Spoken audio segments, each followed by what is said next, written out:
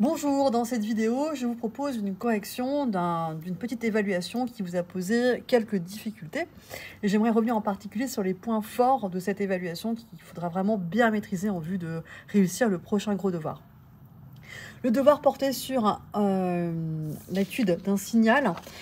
Ici, c'est l'enregistrement d'un signal sonore. Donc on imagine un enregistrement à l'aide d'une carte d'acquisition et via aussi un micro. Et donc la carte d'acquisition mesurait la tension aux bornes du micro au cours du temps. C'est ce que nous indiquent ici les différentes informations de ce graphique. Et on a la question, en fait, le sujet aurait pu se résumer juste à cette question finale. Le signal enregistré est-il audible et pourquoi? Donc en fait, répondre à la question si le signal est audible, c'est savoir si la fréquence de ce signal est comprise entre 20 Hz et 20 000 Hz. Et trouver la fréquence nécessite de connaître la période. Et connaître la période nécessite de mesurer cette période sur ce signal en supposant qu'il soit périodique. Alors justement, c'était la première question qu'on vous demandait. Est-ce que le signal est périodique et pourquoi? Eh bien, un signal est périodique s'il comporte un motif élémentaire qui se répète identique à lui-même au cours du temps. Encore faut-il représenter, identifier ce motif élémentaire. Je vais le faire ici en vert par exemple, et admettons que je parte par exemple, hop, si on part d'ici, hop là, on va avoir ici un motif élémentaire. Et en effet, si je découpe ce que j'ai dessiné ici en vert et que je le copie-colle de côte à côte, de proche en proche, je redessine bien le signal initial qui est ici en noir. Donc j'ai bien identifié un motif élémentaire. Je rappelle qu'un signal périodique comporte une infinité de motifs élémentaires. Quel que soit le motif élémentaire que vous considérez, on peut partir d'ici, hop, et s'arrêter ici.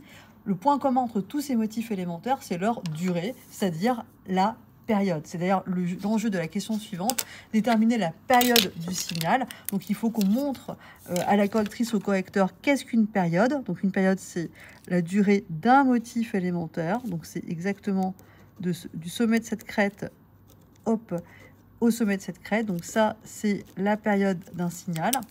Ok, mais pour être plus précise, plus rigoureuse, en général, on mesure plusieurs périodes. Donc ici, on a 1, 2, 3, 4, 5, 6, 7, jusqu'à 8 périodes que nous pouvons mesurer. Les 8 périodes allant de ce huitième motif élémentaire à ce premier motif élémentaire. Et donc de là à là, nous avons ici 8 périodes. Donc on va d'abord estimer la durée de 8 périodes pour gagner en précision. Plus vous mesurez un nombre important de périodes, plus vous allez avoir une valeur pour la période assez précise. Et on divisera cette durée par 8 pour déterminer la durée d'une période. Alors, il est possible effectivement de déterminer le temps d'une période, mais comme vous voyez, ça correspond graphiquement à quelque chose d'assez petit, donc on va perdre en précision. Alors pour être vraiment au top, eh bien on va déterminer l'échelle du document. Pour cela, on va utiliser les graduations de notre axe en temps. Ici, qu'est-ce qu'on a? J'ai les graduations de 0 à 2, de 0 à 4, de 0 à 6. Et bien forcément, au regard de ce que j'ai dit au préalable, on va prendre la distance entre la graduation 0 et la plus éloignée possible, 14. 14 quoi? 14 millisecondes. Donc ici, je prends la règle. Je mesure cette distance entre 0 et 14, donc je mets le 0 sur le 0, et j'estime cette distance à... Alors, comme je ne suis pas exactement en face des graduations à cause du téléphone, du coup, là, c'est 11,3 cm. Donc, de là à 14, il y a pour moi 11,3 cm.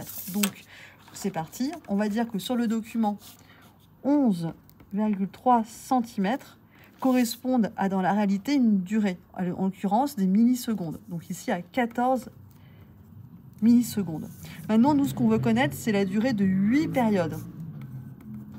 Pareil, on prend la règle, on mesure, hop, la distance entre nos deux repères, et là, on trouve à peu près 11,55. 11,55. Donc, on est censé trouver quelque chose de proche des 14 millisecondes. Donc, on fait un petit produit en croix. 8 périodes, ça fait donc 11,55 cm fois 14 millisecondes sur 11,3 cm. Je vous rappelle qu'il y a des collègues qui n'apprécient pas qu'on mette les unités dans le calcul, d'autres qui apprécient au contraire, d'autres qui préfèrent qu'on les mette à côté, d'autres qui s'en moquent, c'est mon cas. Donc là, j'ai mis ici parce que j'ai pas beaucoup de place pour raisonner, mais ça me permet de dire que le résultat sera en millisecondes. Donc 8 périodes, hop, calculatrice, c'est égal à 11,55 fois 14 divisé par 11,3. ce qui nous fait 14,3 millisecondes. Donc, une période, c'est ce résultat divisé par 8. Et donc, on trouve 1,78. Donc, on peut même mettre 1,79 millisecondes. Alors, je vais me permettre de rappeler que milli, c'est pareil que 10 puissance moins 3 secondes. Ce sera important pour la suite. Notamment, la suite, c'est trouver la fréquence. On applique la formule, on remplace bien la période par sa valeur. Donc, T était ici 1,79 millisecondes, donc 10 moins 3. Et dans l'encadré, s'il vous plaît, vous ne mettez que le résultat. Pardon. Donc, 1 divisé par 1,79, 10 moins 3 secondes.